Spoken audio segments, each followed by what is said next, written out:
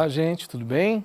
Bom, meu nome é Alexandre, sou seu professor de Sociologia, a gente está aqui então no PET 4, e o PET 4, ele está falando muito sobre a questão também do trabalho e da precarização. Hoje a gente vai falar sobre a precarização do trabalho. E eu vou falar bastante sobre trabalho, o PET como um todo hoje fala muito sobre trabalho e tem muito a ver com a vida de vocês, Então, vocês estão no terceiro ano, muitos já estão trabalhando, muitos ingressarão no mercado de trabalho. Então, vamos dar uma olhada crítica no que vem a ser trabalho, e a nossa relação que a gente pode empreender com relação à precariedade, tá bom? Então, vamos lá.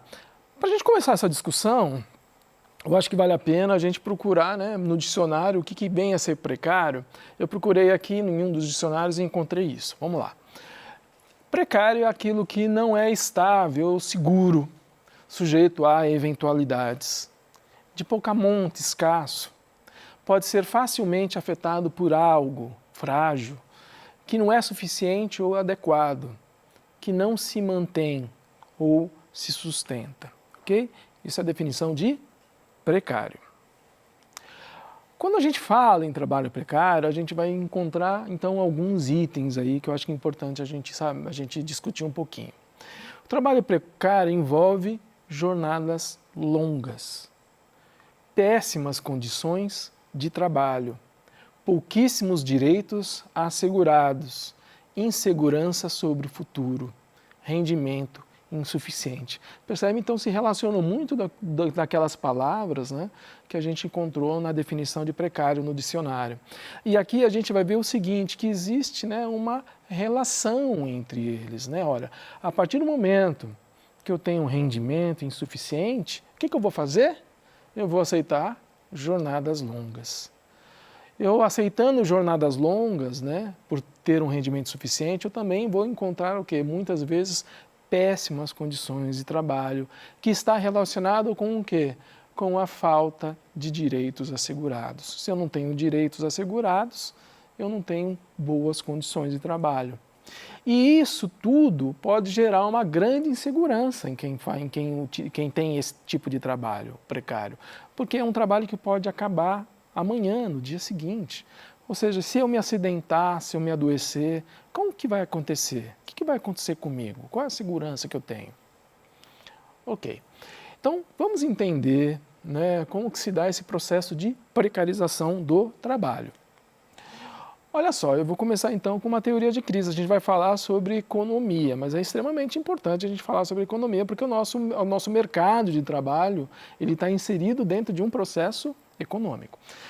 Vamos lá. Você pode pegar a internet aí e procurar o PIB de qualquer lugar. Pega uma série histórica, não precisa ser do Brasil, pode ser de qualquer lugar do mundo, em qualquer país. O que você vai encontrar é um gráfico mais ou menos como esse, com subidas e descidas, tá ok? Esse, no caso aqui, é a série histórica da produção brasileira, desde 1962 até 2018. O que a gente está vendo nesse gráfico? Subidas e descidas, sempre, é recorrente. Agora perceba só, dentro de um sistema capitalista, hoje a gente tem que vender mais do que vendemos ontem. E amanhã nós temos que vender mais do que vendemos hoje. Esse é o modelo do sistema capitalista e é a partir disso que ele se sustenta. Você não pode vender no futuro menos do que você vende hoje, senão a gente entra numa crise. Então perceba só, toda vez que nós temos uma descida aqui em qualquer uma dessas barras, esses gráficos, é um princípio de crise. Toda vez que nós temos uma queda muito grande, a gente tem uma crise ou até uma crise profunda, como que é justamente esses gráficos aqui estão abaixo de zero, inclusive. Perceba só, quando nós estamos num sistema capitalista e nós entramos numa crise, a crise ela não é só econômica, ela também é o quê? Social e política. Por isso que ela é extremamente importante. E se tem uma coisa que a gente pode dizer que sempre vai acontecer é o sol vai nascer de manhã e vai morrer ao entardecer. E a crise no sistema capitalista vai acontecer. Sempre vai acontecer. Tanto é que nós temos inúmeras pessoas que se debruçam sobre isso, tentar descobrir quando é que vai ser a próxima crise, prever isso, porque ela com certeza vai ocorrer, ok? Ok, então vamos dar um pouquinho da ideia da economia aí, porque imagina o seguinte, imagina que uma pessoa tem um determinado produto, ele fabrica, ele vende aquele determinado produto numa região que não tem concorrência, ok? Quando isso acontece, o que ele pode fazer? Ele pode colocar o preço que ele quiser, ele é o único que tem aquele produto, quem quiser compra com ele, então ele vai colocar o preço que ele quiser, ok? Ok. Tendencialmente, o que acontece? Ele coloca um preço alto. Mas, veja só, quando naquela mesma região surgem concorrentes, o que ele vai ter que fazer? Ele vai ter que baixar o preço. O nome que a gente dá isso, né, na teoria liberal econômica, é o que se chama de mão invisível. O que seria essa mão invisível? É o mercado se autorregulando. Ora, aqui a gente tinha um problema, preços muito altos. O mercado regulou isso, fez com que os preços fossem ajustados, ok? É a mão invisível do mercado regulando aí as coisas. Olha só. Ok, mas então era só eu que vendia quando eu tinha lá a concorrência, agora não sou mais eu, então eu vou ter que baixar esse preço. O que eu faço para baixar o preço e continuar lucrando? Eu tenho que diminuir meus custos. Dá uma olhada em algumas formas de diminuição de custos. Eu posso incluir a tecnologia, né? Eu posso incluir determinadas tecnologias, maquinários que vão me facilitar, né, a ter menos pessoas trabalhando para eu pagar. Então eu posso inclusive demitir pessoas. Eu posso aumentar a produção e inclusive produzir com menos pessoas.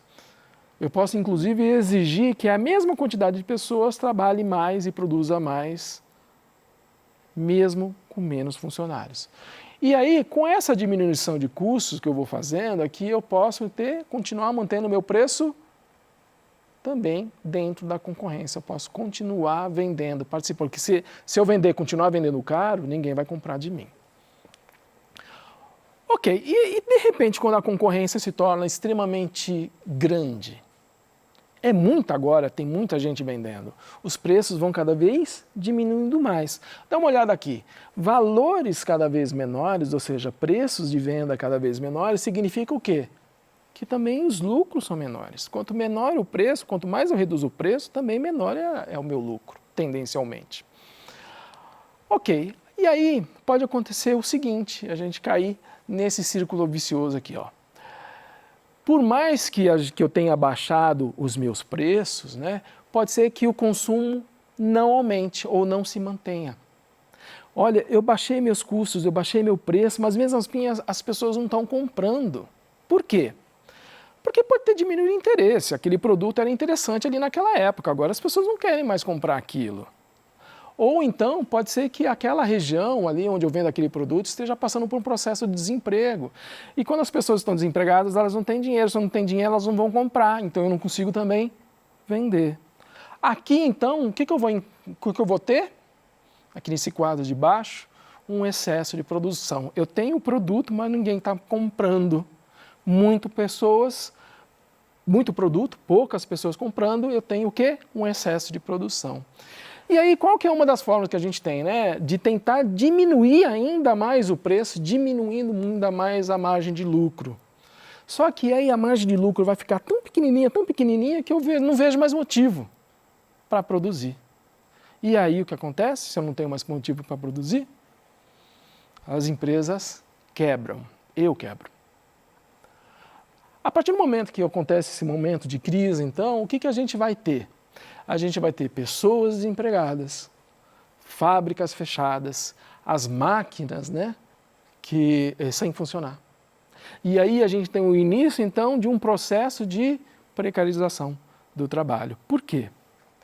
Porque, apesar das pessoas perderem emprego, as fábricas fecharem, não foi todo mundo, né, que perdeu dinheiro. Tem gente com dinheiro guardado, tem gente que ganhou dinheiro nisso.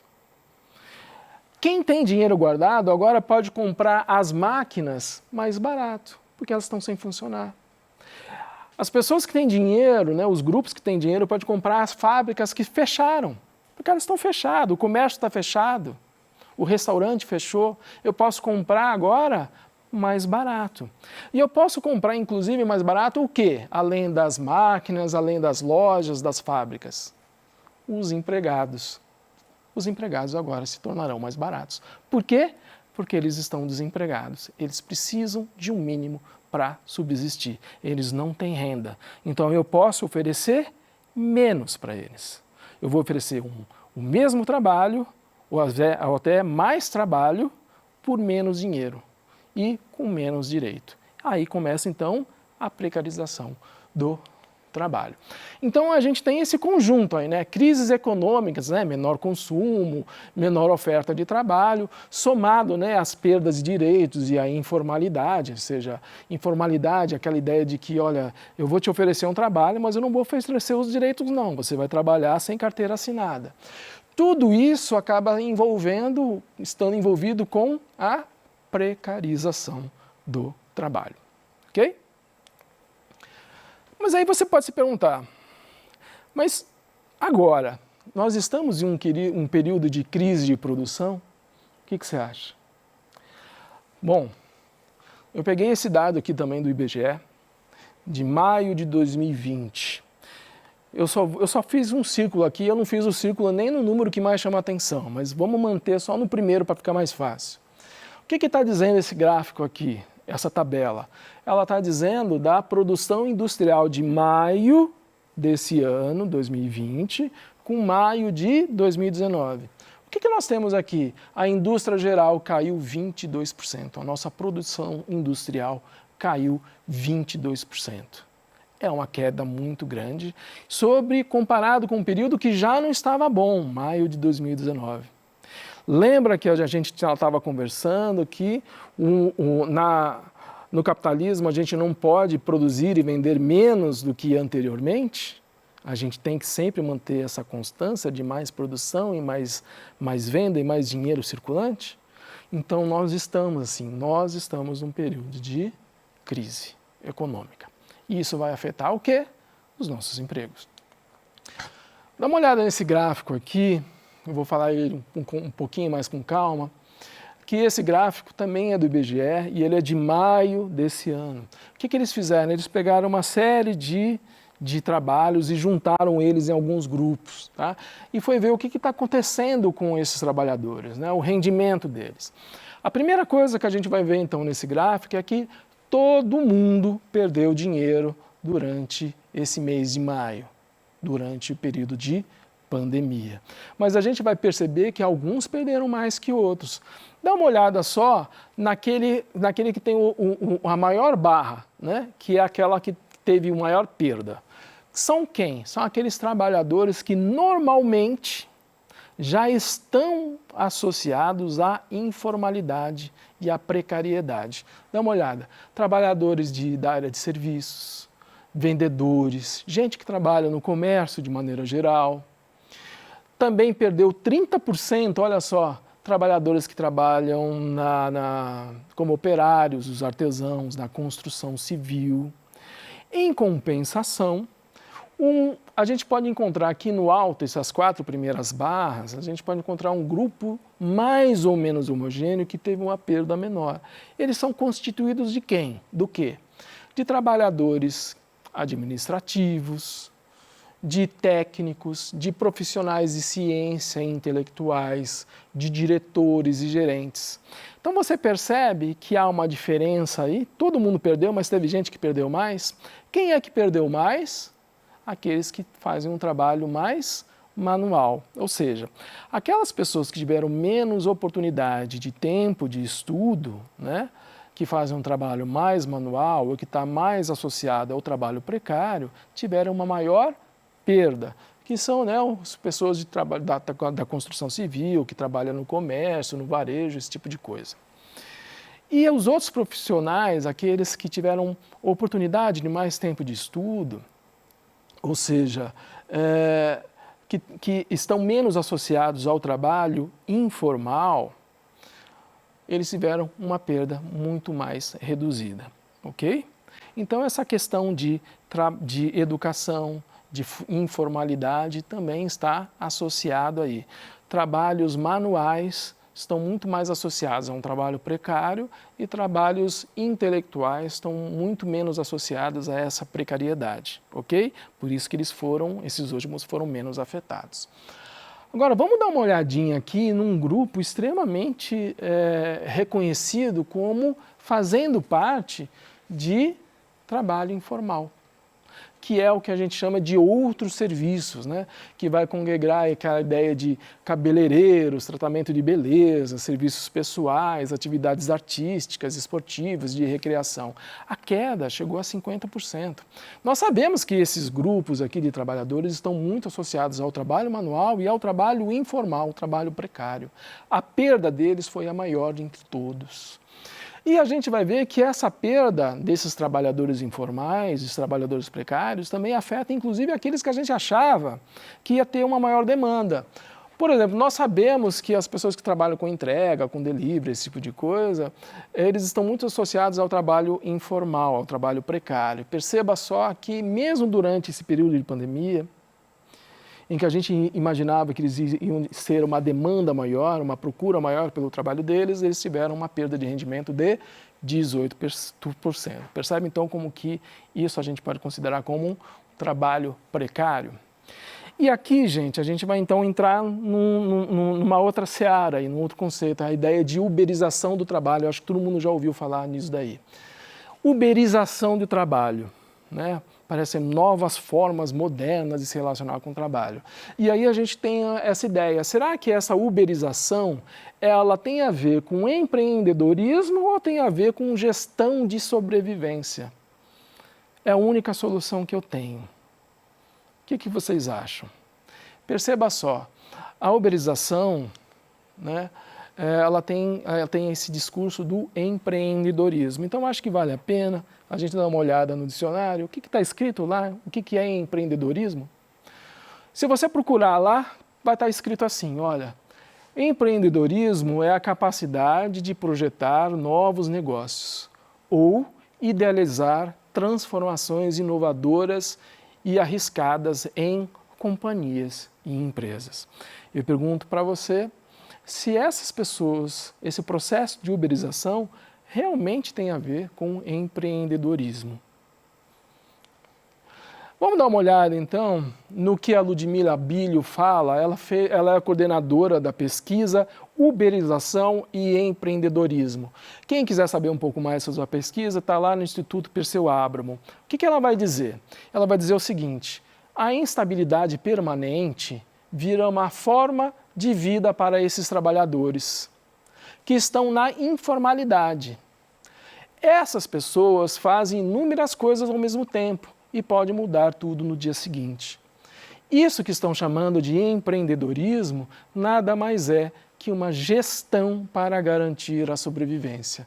Se a pessoa que está na informalidade não fizer isso, ela morre. Então perceba que ela está dizendo que, olha, isso não tem a ver com empreendedorismo, essa é a única solução que ele tem e essa é uma solução precária, que se ele não fazer, se as pessoas não fizerem, não tem outra coisa, ela vai morrer de fome. Então aqui a gente vai entrar, muitas vezes, no que as pessoas estão falando que é o campo do discurso. Ah, mas eu não penso assim não, eu penso que é diferente. Então eu vou fazer um convite aqui para vocês, porque essa questão se uberização é empreendedorismo ou se é uma gestão de sobrevivência, uma questão de precarização, dá uma olhadinha lá nessa aula aqui de discurso, você vai encontrar lá no YouTube da Rede Minas, procura lá Rede Minas, se liga na educação, Enem, dia 14/8. Dá um clique lá na aula que começa com 1 hora e 8 minutos de vídeo e eu vou estar explicando o que lá? A questão da ideologia e de dominação. Como determinados discursos, eles funcionam muito bem para determinadas classes dominantes, mas que elas funcionam extremamente mal e são ruins para uma classe que não, para as pessoas que não estão na classe dominante. Mas esse discurso dominante é tão forte, que essas classes aqui embaixo sequer percebem a força da violência que tem esses discursos de dominação, esses discursos ideológicos. dá uma olhada lá, gente, que vale muito a pena para a gente poder entender melhor essa questão discursiva aí, que tem a ver com o trabalho atual, tá bom? Gente, muito obrigado, espero que vocês tenham gostado, acompanhem as outras aulas, é isso aí.